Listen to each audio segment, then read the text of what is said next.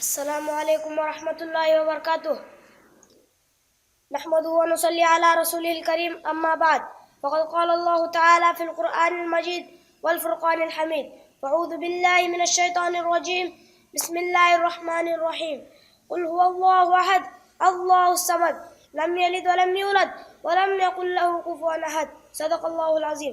عزیز ساتھیوں، پیارے دوستوں اور میرے معزز اساتذہ کرام، آج میری تقریر کا عنوان اللہ تعالیٰ کی وحدانیت ہے۔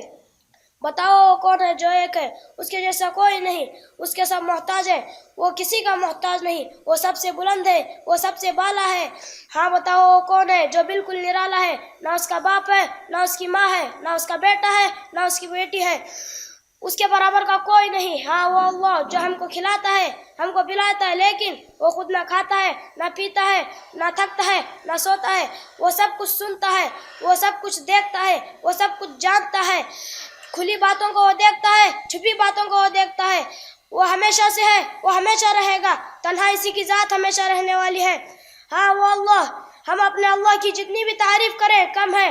ہمارا اللہ ہماری تعریفوں سے انتہائی بلند اور بالا ہے۔ کتنا پیارا اللہ ہے، نہیں ہے کوئی معبود سوائے اللہ کے۔ اسی بات پر میں اپنی تقریر ختم کرتا ہوں۔ وآخر دعوانا والحمدللہ۔